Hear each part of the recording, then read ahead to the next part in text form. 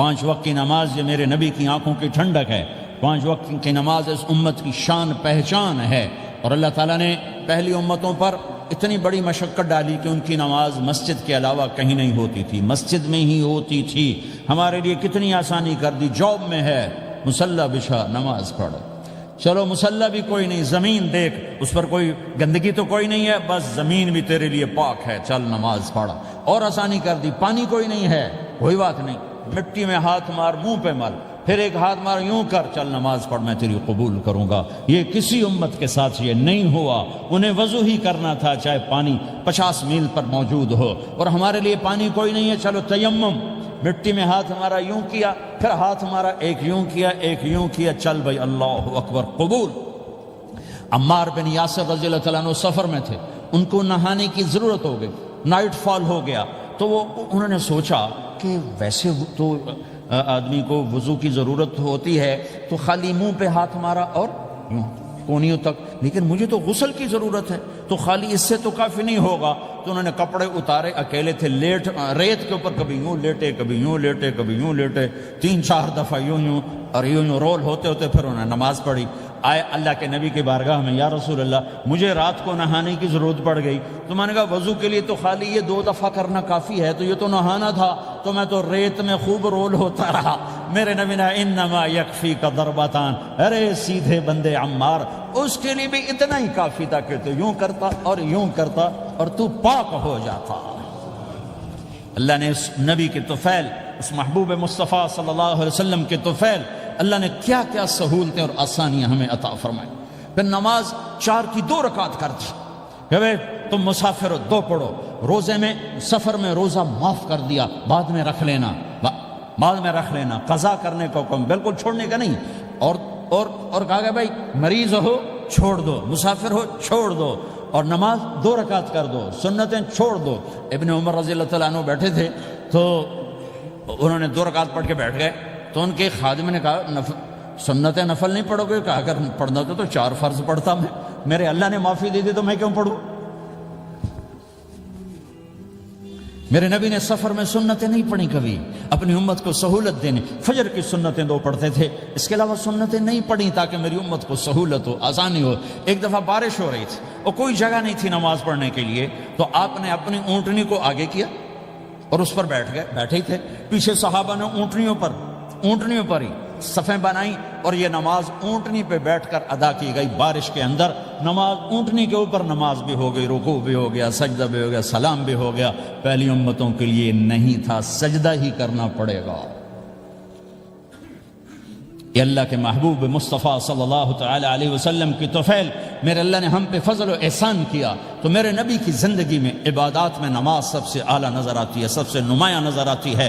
اور پھر بازار میں، گھر میں، دفتر میں، ماحول میں میرے نبی کے اخلاق، یہ زندگی کا دوسرا روشن پہلو ہے۔ میرے نبی کی ساری زندگی 2 لفظوں میں آتی ہے، عبادت اخلاق، عبادت اخلاق، یا 2 اور لفظ، حقوق اللہ حقوق العباد، حقوق اللہ حقوق العباد۔ حقوق اللہ میں نماز سب سے اعلیٰ، اور حقوق العباد میں لوگوں کی برداشت کرنا، لوگوں سے درگزر کرنا، معاف کرنا، جھوٹ سے بچنا، دھوکے سے بچنا۔ میرے نبی سے پوچھا گیا یا رسول اللہ مسلمان کنجوس ہو سکتا ہے؟ ہم نے کہا ہو سکتا ہے۔ یا رسول اللہ مسلمان کمزور ہو سکتا ہے، بزدل ہو سکتا ہے، ڈرپوک ہو سکتا ہے؟ آپ نے کہا ہو سکتا ہے۔ یا رسول اللہ مسلمان جھوٹ بول سکتا ہے؟ آپ نے کہا نہیں، جھوٹ نہیں بول سکتا، جھوٹ نہیں بول سکتا۔ ہاں، الا لعنت اللہ علی الکاذبین، جھوٹوں پہ اللہ کی لعنت۔ اس لعنت کے ساتھ 400 پاؤنڈ بچا لیے، 4000 بچا لیے، 4 ملین بچا لیے، 4 بلین بچا لیے، 4 ٹریلین بچا لیے، ساری دنیا کو بچا لیا، اور اوپر اللہ کی لعنت پڑی تو اللہ کی قسم گھاٹے کا سودا ہے۔ اور سچے ہو گئے، سچ بولا، یہ میں 100 پاؤنڈ کماتا ہوں، لے لو جو لینا ہے اس میں سے، یہ میں 1000 پاؤنڈ کماتا ہوں، لے لو جو لینا ہے، یہ میں 50,000 پاؤنڈ کماتا ہوں، لے لو جو لینا ہے، کہ مسلمان کی زبان سے جھوٹ نہیں نکلتا، سچ ہی بولتا ہے۔ آپ تشریف لے جا رہے ہیں، ایک آواز ہے یا رسول اللہ، آپ نے یوں دیکھا، کوئی نظر نہیں آیا، پھر آواز ہے یا رسول اللہ، تو آپ نے دیکھا کہ ہرنی ڈیئر چھوٹی وہ کھڑی ہوئی، رسی میں بندھی، تو آپ نے کہا کیا ہوا؟ کہا جی آپ کا صحابی مجھے پکڑ کے لایا ہے، میرے چھوٹے چھوٹے بچے بھوک سے رو رہے ہوں گے، آپ مجھے چھوڑ دیں، میں بچوں کو دودھ پلا کے واپس آ جاتا، مجھے پتا ہے میرے اللہ کی تقدیر میرے بارے میں کیا ہے۔ تو آپ نے کہا اگر تو واپس نہ آئی تو پھر تو اس نے کہا مجھے اللہ جہنم میں ڈال دے۔ آپ نے اس کی رسی کھول دی، خود وہیں بیٹھ گئے۔ اس نے دوڑ لگائی اور پہاڑوں میں گم ہو کے تھوڑی دیر کے بعد وہ دوڑتی ہوئی آئی اور آ کے سر یا رسول اللہ میں حاضر ہو جاؤں۔ تو آپ نے اس کو باندھ کے وہیں آپ بیٹھ گئے نہیں۔ دیر کے بعد وہ صحابی آئے جنہوں نے اس کو شکار کیا تھا، پکڑا تھا، تو کہنے لگے ان کا یا رسول اللہ آپ یہاں کیسے؟ کہ میں ایک درخواست لے کر آیا ہوں۔ کہ کیا؟ کہ یہ ہرنی مجھے ہدیہ کر دو۔ کہ یا رسول اللہ سب کچھ آپ کا ہے، کہ بس یہ ہدیہ کر دو۔ یا رسول اللہ حاضر۔ تو آپ نے اس کو لے کر رسی اس کی گردن سے نکالی کہ جا بچی اپنے بچوں کے پاس جا کے خوشی منا، سچ نجات دیتا ہے اور جھوٹ ہلاک کرتا ہے۔ ایک ہرنی جان کی بازی کھیل گئی سچ بولنے کے لیے، تم چند پونڈوں پہ جھوٹ بولتے ہو، ایمان کو برباد کر کے رکھ دیتے ہو۔ مسلمان جھوٹ نہیں بولتا، مسلمان دھوکہ نہیں دیتا، مسلمان کی زبان سے سخت بول نہیں نکلتا، کسی کو بے عزت نہیں کرتا، کسی کو کی بے اکرامی نہیں کرتا، کسی کا دل نہیں توڑتا، کسی کو ذلیل نہیں کرتا، خود سہتا ہے، اوروں کو خوشیاں دیتا ہے، خود دکھ سہتا ہے، اوروں کو راحت دیتا ہے، خود تکلیف سہتا ہے۔ یہ میرے نبی کے اخلاق ہیں، یہ میرے نبی کی زندگی ہے، اور یہ اسلام کا سب سے بڑا چیپٹر ہے، وہ سب سے مشکل چیپٹر ہے۔ جب میرے نبی نے لمبی نمازیں پڑھی تو اللہ نے روک دیا کہ میرے حبیب ما انزلنا علیک القرآن لتشقى، اتنی لمبی نماز نہ پڑھ کے تو تھک جائے۔ میرے نبی نے تبلیغ میں زور دکھایا تو اللہ نے روک دیا، فلتذهب نفسک علیہم حسرات، میرے نبی اتنا غم نہ کر کے آپ خود ہی آہیں بھرتے بھرتے آپ مر جائیں۔ میرے نبی نے مال سارا خرچ کیا، اللہ نے اس سے بھی روک دیا، ولا تبسطها كل البسط فتقعد ملوما محسورا، اتنا خرچ نہ کریں کہ آپ خود پھر دکھی ہو کے بیٹھ جائیں۔ خرچ کرنا بہت بڑا عمل، تبلیغ سب سے سارے عملوں کا سردار عمل۔ تبلیغ سے بڑا کوئی کام ہوتا تو اللہ نبیوں کو دیتا، اگر تبلیغ سے بڑھ کر کوئی کام ہوتا تو اللہ نبیوں کو دیتا، گشت سے بڑھ کر کوئی محنت ہوتی تو اللہ نبیوں کو دیتا۔ 950 سال نوح علیہ السلام گشتی کر رہے ہیں، اور اللہ کی مان لو، اتنا عظیم عمل کا میرے نبی درمیانہ نماز سب سے بڑی عبادت، میرے نبی درمیانہ کام۔ لیکن جب میرے نبی نے اخلاق اچھے کیے، دشمن کو معاف کرنا، تو ایک آدمی آپ سوئے ہوئے تھے، آپ کی تلوار لٹکی تھی، ایک آدمی آیا، اس نے آپ کی تلوار اتاری اور یوں ماری پسلی میں، آپ اٹھ کے بیٹھ گئے۔ اب وہ قتل کے ارادے کے لیے آ چکا ہے اور تلوار یہاں ہے، کہتا من یمنعک منی، اب بول تمہیں کون بچائے گا؟ تو آپ نے مسکراتے ہوئے کہا اللہ، تو اس کے ہاتھ سے تلوار گر پڑی، تو آپ نے اٹھا لی، آپ نے یوں سیدھی کی، اب تو بچا، تجھے کون بچائے گا؟ وہ کہنے لگا مجھے تو ہی بچائے گا۔ وہ تو اللہ کو جانتا نہیں تھا، کہا بابا مجھے تو ہی بچائے گا۔ تو آپ کہتے ہیں اس کا سر اڑا دو، یہ نبی کو قتل کرنے آیا ہے۔ میرے نبی نے فرمایا کلمہ پڑھتے ہو؟ کہا نہیں پڑھتا۔ کہا جاؤ معاف کیا۔ یہ میرے نبی کے اخلاق ہیں۔ 20 سال جنہوں نے قتل کے منصوبے بنائے، قتل کے منصوبے، مکہ والے، جب آپ مکہ میں فاتحانہ داخل ہوئے، ابو سفیان سب سے زیادہ آپ کو دکھ پہنچانے والوں میں پیش تو آپ نے ابو سفیان کو عزت دی۔ جو ابو سفیان کے گھر میں داخل ہوگا اس کو کچھ نہیں کہا جائے گا۔ آپ تو ابو سفیان کو بلا کے سولی پہ لٹکاتے، اور آپ کہہ رہے ہیں جو ابو سفیان کے گھر میں جائے گا اسے کچھ نہیں کہا جائے گا، جو بیت اللہ میں ہوگا اسے کچھ نہیں کہا جائے گا۔ سارا مکہ سامنے، آپ یوں بیت اللہ کا دروازے پر یوں دونوں ہاتھ ایسے ٹکا کے کھڑے تھے۔ پھر آپ نے کہا میں کیا کروں گا اب تمہارے ساتھ؟ تو سہیل بن عمر نے کہا آپ کریم ہیں، کریم کے بیٹے ہیں۔ تو آپ نے کہا جاؤ میں نے معاف کیا۔ یہ اخلاق آج مٹ چکے ہیں، مردوں سے، عورتوں سے، علم والوں سے، خانقاہ والوں سے، تبلیغ والوں سے، سب زیرو ہوئے پڑے ہیں۔ جب تک یہ اخلاق زندہ نہیں ہوتے اسلامی زندگی قائم نہیں ہو سکتی، اسلامی معاشرت قائم نہیں ہو سکتی۔ اور دین دو چیزوں سے آگے پھیلتا ہے، ایک دعوت اور ایک اخلاق۔ دعوت اور اخلاق۔ دعوت نہیں ہوگی تو اخلاق وہیں پڑے رہ جائیں گے، اخلاق نہیں ہوں گے تو دعوت کوئی قبول نہیں کرے گا۔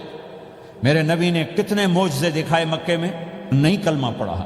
بدر میں ان کے 70 مارے گئے، فرشتوں کو دیکھا، جبریل کے گھوڑے کی آواز سنی، کلمہ نہیں پڑھا۔ خندق میں شکست ہوئی، کلمہ نہیں پڑھا۔ پانی نکلتے دیکھا انگلیوں سے، کلمہ نہیں پڑھا۔ ایک بکرے کا ایک بازو پکایا، ایک بازو بکرے کا، ایک اگلا جو بازو ہوتا، اور 40 آدمیوں نے کھانا کھایا اور ایک بوٹی کم نہیں ہوئی، کلمہ نہیں پڑھا۔ لیکن جب میرے نبی نے کہا جاؤ معاف کیا تو سارے ہی کلمہ پڑ گئے کہ واقعہ یہ اخلاق نبی کے ہو سکتے۔ حنین کی جنگ میں جب بھاگے لوگ، شکست ہوئی، تو ایک صحابی کا بھاگتے ہوئے پاؤں ہمارے نبی کا پاؤں پر آیا، اور جوتا سخت تھا، تو آپ نے کہا اوجعتنی، اور آپ کے ہاتھ میں چھڑی تھی، آپ نے اس کو یوں ماری تو اوجعتنی، ارے تو نے مجھے کتنا زیادہ درد پہنچایا، دکھ پہنچایا۔ وہ بیچارے پگھل کے رہ گئے اور پریشان ہو گئے، اور فرماتے ہیں سارا دن میں پریشان، ساری رات پریشان کہ اللہ کے نبی کو میں نے تکلیف پہنچائی، اب میرا کیا بنے گا۔ اگلا دن ہوا تو اعلان ہو رہا تھا بھائی جس کا پاؤں نبی کے پاؤں پہ آیا تھا اس کو اللہ کے نبی بلا رہے ہیں۔ تو صحابی کہنے لگے میں نے سمجھا بس اب میری تو دنیا بھی گئی اور آخرت بھی گئی، اب میرے اوپر کیس بنے گا اور مجھے ڈانٹ ڈپٹ بھی ہوگی، میرا کتنا بڑا گھاٹا نقصان ہوگا۔ یہ حاضر ہوئے ڈرتے ڈرتے، تو آپ نے فرمایا میرے بھائی کل میں نے تمہیں چھڑی ماری تھی، وہ مجھے معاف کر دینا، اور یہ 80 اونٹ تمہیں ہدیہ دیتا ہوں، 80 کیملز یعنی 80 پراڈو، 80 رینج روور کا یہ میری طرف سے تمہیں ہدیہ ہے۔ وہ حیران پریشان، یہ میرے نبی کے اخلاق ہیں، یہ میرے نبی کے اخلاق ہیں۔ کانٹے بچھانے والی نے 4 دن آنا چھوڑ دیا، بیمار ہو گئی تھی، تو ہم نے اب کیا بات ہے، وہ ہمارے راستے میں اب کانٹے کوئی نہیں ہیں، کہا جی وہ بیمار پڑی ہے جو کانٹے بچھاتے تھے، تو آپ اس کے گھر چلے گئے، ماں جی خیریت تو ہے، اب ٹھیک تو ہیں، کہا بیٹا مجھے کلمہ پڑھا دے، بس تیرے اخلاق نے مجھے فتح کر لیا ہے۔ میرے بھائیوں یہ چیپٹر بھول چکے ہیں، بھول چکے ہیں، بھول چکے ہیں۔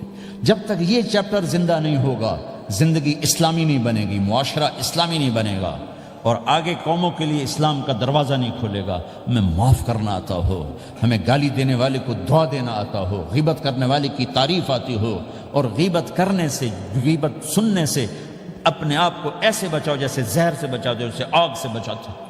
ایک دوسرے کو نفرت کا بول نہ بولو ورنہ ساری زندگی تباہ و برباد ہو جائے گی۔ میرے رب کی قسم، میرے نبی نے کہا ایک زبان کا بول انسان بولتا ہے اور جہنم کی گہرائیوں میں گر جاتا ہے، اور ایک زبان کا بول انسان بولتا ہے اور جنت کے درجات پر چڑھ جاتا ہے۔ یہ زبان بہت طاقتور چیز ہے، میں ہر بیان میں اس کو دہرا رہا ہوں کہ جتنا یہ عمل ختم ہو چکا ہے اتنا کوئی عمل بھی نہیں ختم ہوا ہے۔ اور ایک صحابی ہیں ابو دجانہ۔ کون ابو دجانہ؟ السابقون الاولون من المہاجرین والانصار، اس میں پہلی صف کے صحابہ۔ کون ابو دجانہ؟ جب آپ حج پر گئے تو اپنی جگہ مدینے کا امیر ابو دجانہ کو بنایا۔ ابو دجانہ حج میں شریک نہیں ہوئے کہ آپ نے اپنی جگہ ان کو اپنا نائب بنا کے وہاں کھڑا فرمایا ابو دجانہ میری جگہ پر مدینے کا امیر ہے، یہ وہ ابو دجانہ ہیں۔ کون ابو دجانہ؟ جو جنگ بدر سے لے کر آخری حج تک ہر سفر میں شریک ہیں، ہر سفر میں شریک ہیں۔ ان کی ایک بات میں بتانا چاہتا ہوں، پہلے تھوڑی سی ان کی ہسٹری بتانا چاہتا ہوں۔ کون ابو دجانہ؟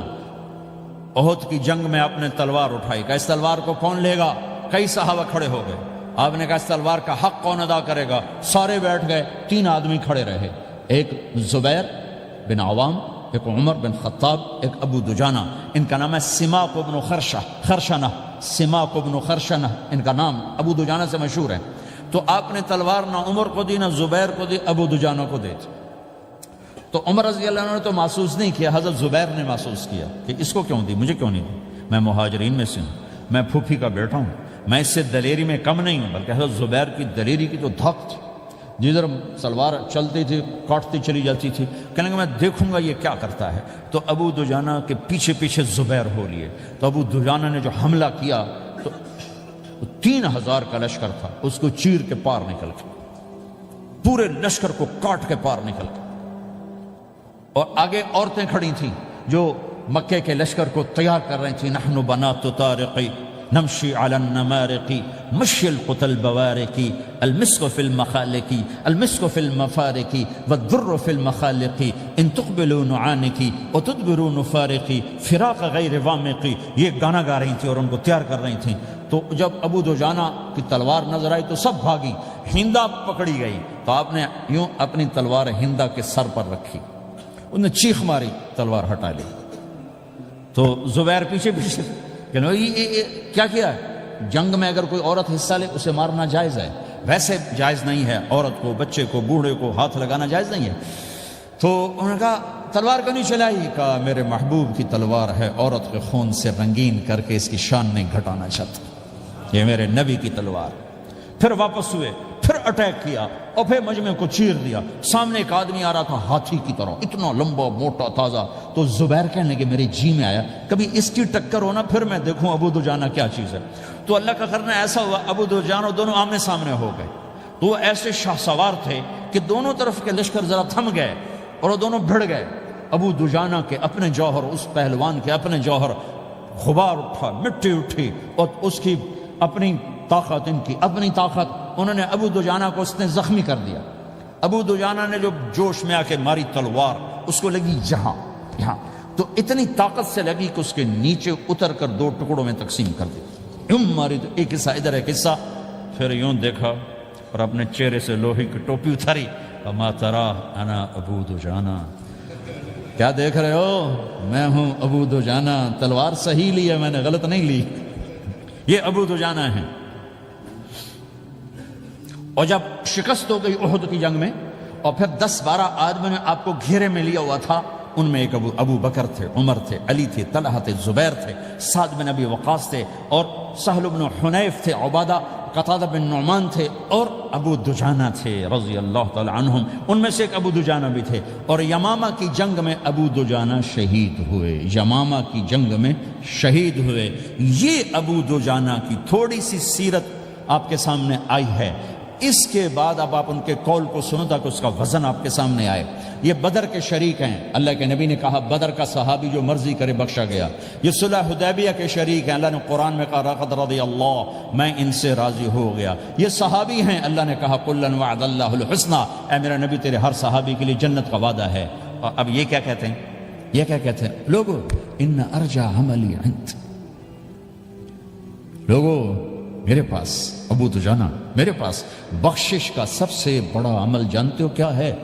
بدر نہیں، احد نہیں، حدیبیہ نہیں، خندق نہیں، خیبر نہیں، فتح مکہ نہیں، آخری حج نہیں۔ کیا ہے؟ کیا ہے؟ لوگو ان ارجع عملی عندی، میرے پاس آخرت میں بخشش کا سب سے بڑا عمل بس ایک ہے کہ ما آذیت احدا بلسانی، میں نے اپنی زبان سے کبھی کسی کو دکھ نہیں پہنچایا۔ ولا اجد فی قلبی غلا لاحد، اور میرے دل میں کسی کے لیے بغض کوئی نہیں ہے، بس یہ میری بخشش کا عمل ہے۔ تو بھائیو، نبی کے اخلاق میں 2 چیزیں لے لو، ایک زبان سے کسی کو دکھ نہ دو، ایک دل میں کسی کا بغض نہ رکھو۔ اللہ کی قسم بغیر حساب کتاب کے جنت میں جاؤ گے۔ بڑے بڑے جنید بغدادی اور بڑے بڑے معرفت والے تمہیں دیکھتے رہ جائیں گے، تمہاری رفتار اتنی تیز ہوگی کہ تمہیں وہی پکڑ سکے گا جس کا یہ 2 عمل تم سے زیادہ اچھا ہوگا۔ جس روڈ پہ رش ہوتا آپ وہاں سے گاڑی ہٹا لیتے ہو، ادھر نہیں جانا، ادھر رش ہے، وہ سائن وغیرہ آپ کو آ جاتے ہیں کہ ادھر بلاک ہے، ادھر نہیں جانا، ادھر جانا ہے۔ تو جہاں روڈ پہ رش ہوتا ہے تو قیمتی سے قیمتی گاڑی کی رفتار بھی آہستہ ہو جاتی ہے، اور جہاں روڈ خالی ہوتا ہے تو پرانی گاڑی بھی بھاگے جا رہی ہوتی۔ ہمارے یہاں پرانی گاڑی ہوتی ہے نا، پرانی بسوں کے پیچھے لکھا ہوتا ہے نہ انجن کی خوبی نہ ڈرائیور کا کمال، خدا کے سہارے چلی جا رہی ہے۔